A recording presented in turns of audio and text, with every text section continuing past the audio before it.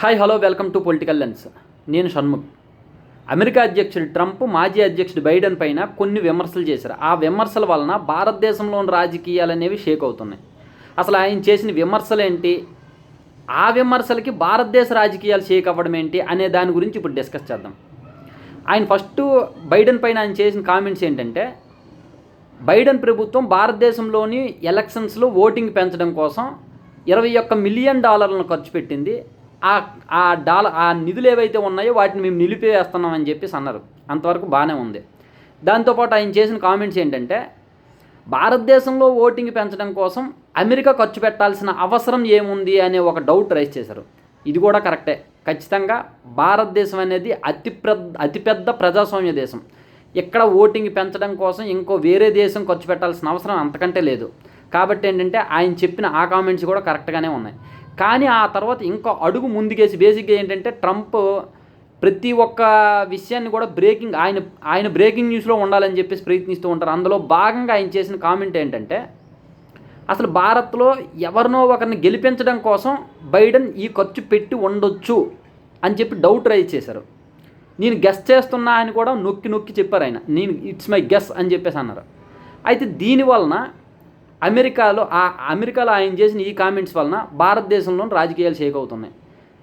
కాంగ్రెస్ కోసమే బైడెన్ ఈ ఖర్చు పెట్టి ఉంటాడు, కాంగ్రెస్ కోసమే ఆయన పనిచేసి ఉంటాడని చెప్పేసి బీజేపీ కాంగ్రెస్ పైన విమర్శలు చేస్తుంది. కాంగ్రెస్ బైడెన్ కలిశారు, మోడీని ఓడించడానికి ప్రయత్నించారని చెప్పేసి ఇలాంటి కామెంట్స్ చేస్తుంది.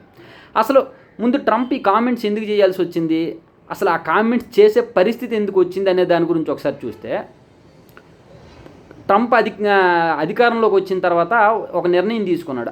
అమెరికాకు అనవసరమైన ఖర్చులు తగ్గించాలి, దీనికోసం ఒక డోజ్ అనే వ్యవస్థను స్థాపించి దాన్ని ఎలన్ మస్క్ చేతిలో పెట్టి అమెరికా ఎక్కడెక్కడైతే వేస్ట్ ఖర్చులు పెడుతుందో ఆ ఖర్చులన్నింటినీ తగ్గించే ప్రయత్నం చేయమని చెప్పేసి ఆయనకి చెప్తే, ఆయన ప్రభుత్వ కార్యాలయాల్లోని కొంతమందిని రిటైర్ చేయించే విధానం తీసుకున్నాడు. ఆ తర్వాత ఎక్కడైతే ఒక 100 మంది పనిచేస్తున్న దగ్గర 50 మందితో పనిచేసే అవకాశం ఉంది అంటే మిగతా 50 మందిని ఇంటికి పంపించేసేటటువంటి చర్యలు ఇలాంటివన్నీ తీసుకుని అమెరికా కొంచెం ఖర్చులు తగ్గించే ప్రయత్నాలు చేశారు ఎలన్ మస్క్.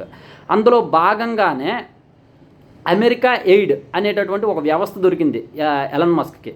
అంటే అమెరికా సాయం చేస్తుంది, మిగతా దేశాలకు ఎవరెవరికైతే సాయం చేస్తుందో ప్రపంచ దేశాలకు సాయం చేస్తున్నటువంటి ఒక వ్యవస్థ దొరికింది.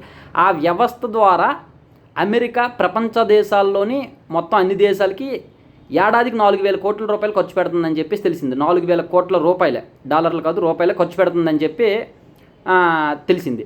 వాటితో ఆ ఖర్చులను కూడా తగ్గించే ప్రయత్నంలో భాగంగా అందులో భాగంగానే భారతదేశానికి $21 మిలియన్ ఖర్చు పెడుతుందని తెలిస్తే వాటిని మేము తగ్గిస్తున్నామని చెప్పేసి ట్రంప్ అన్నారు. ఓకే, అక్కడ వరకు బాగానే ఉంది.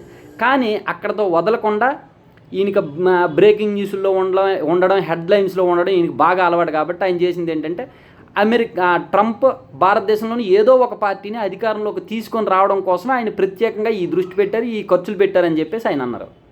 సరే, ఆయన అంటే అన్నారు, ఆయనకు బుర్ర ఉందో లేదో మరి తెలీదు, ఆయన అన్నారు. కానీ దాన్ని పట్టుకొని ఇక్కడ కేంద్రంలో అధికారంలో ఉన్న బీజేపీ కూడా కాంగ్రెస్ కోసమే బైడెన్ పనిచేశారు, కాంగ్రెస్ కోసమే ఈ డబ్బులు ఖర్చు పెట్టారని చెప్పేసి ఆరోపిస్తూ కాంగ్రెస్ని టార్గెట్ చేస్తున్నారు. ట్రంప్ అయితే ఈరోజు అధికారంలోకి వచ్చాడు, కానీ మోడీ గత 10.5 ఏళ్ళుగా అధికారంలోనే ఉన్నారు కదా. బైడెన్ ఒకవేళ ఆర్థిక సాయం ఏమన్నా ఎలక్షన్ కోసం ఓటింగ్ పెంచడం కోసం ఆర్థిక సాయం ఏదైనా చేసుంటే భారత ప్రభుత్వానికి మోడీకి తెలియకుండా ఏం చేయరు కదా. ప్రభుత్వం నుంచి ఇంకో ప్రభుత్వానికి సాయం రూపంలోనే వస్తుంది తప్ప రాహుల్ గాంధీ ఇంటికి కానీ సోనియా గాంధీ ఇంటికి కానీ వెళ్ళి కాంగ్రెస్ కార్యకర్తలకు డబ్బులు ఇవ్వరు కదా. ఆ విషయం ట్రంప్ చెప్పినంత వరకు కూడా బీజేపీకి ఎందుకు తెలియలేదు? నిజంగానే ఖర్చు పెట్టుంటే బీజేపీకి ఎందుకు తెలియలేదు? అప్పుడు నోరు ఎందుకు విప్పలేదు? నిజంగానే అలా చేసుంటే బైడెన్ని మా రాజకీయాల్లో నువ్వు ఎందుకు ఇన్వాల్వ్ అవుతున్నావు, వేరే పార్టీకి ఎందుకు సపోర్ట్ చేస్తున్నావు, ఇక్కడ మా రాజకీయాల్లో ఇన్వాల్వ్ అవ్వాల్సిన అవసరం ఏముంది అని చెప్పి బీజేపీ బైడెన్ క్వశ్చన్ చేయాలి కదా. ఆ రోజు చేయడం మానేసి, అసలు ఆ రోజు ట్రంప్ అనేవాడు ఏదో బ్రేకింగ్ న్యూస్లో ఉండడం కోసం లేనిపోయిన ఆరోపణలు ఏదో చేస్తే దాన్ని పట్టుకొని ఒక వేక్ ఆరోపణలు ఏవైతే ఉన్నాయో దాన్ని పట్టుకొని బీజేపీ ఇక్కడ రాజకీయం చేస్తుంది.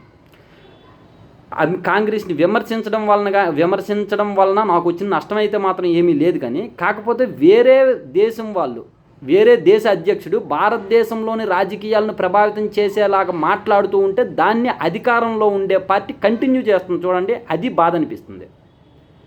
రాహుల్ గాంధీని కానీ, సోనియా గాంధీని కానీ, కాంగ్రెస్ వాళ్ళని కానీ, వేరే వాళ్ళని ఎవరినైనా సరే ఎవరు విమర్శించినా ప్రాబ్లం లేదు. రాజకీయాల్లో భాగంగా విమర్శిస్తూ ఉంటారు, కేసులు పెట్టుకుంటూ ఉంటారు, ఒకరి మీద ఒకరు పై చేయి సాధిస్తూ ఉంటారు. కానీ భారత రాజకీయాల్లోని ఇన్వాల్వ్ అయ్యే విధంగా, భారత రాజకీయాలను ప్రభావితం చేసే విధంగా వేరే దేశ అధ్యక్షుడు ఇక్కడ కామెంట్ చేస్తూ ఉంటే దాన్ని కంటిన్యూ చేయడం అనేది కరెక్ట్ కాదు. ఆ రోజు బైడెన్ ఖర్చు పెట్టినప్పుడు, బైడెన్ దేనికి ఖర్చు పెట్టారనే సంగతి తెలీదా? ఈ రోజు కూడా అధికారంలోనే ఉన్నారు కదా, దానికి సంబంధించిన వివరాలు అనేవి ఉంటాయి కదా, ఆ వివరాలను అధికారికంగా బయటపెట్టి విమర్శలు చేయండి, తప్పేముంది? అలా కాకుండా ట్రంప్ చేసింది ఐ గెస్ అని చెప్పి నొక్కి వక్కానించాడు ఆయన.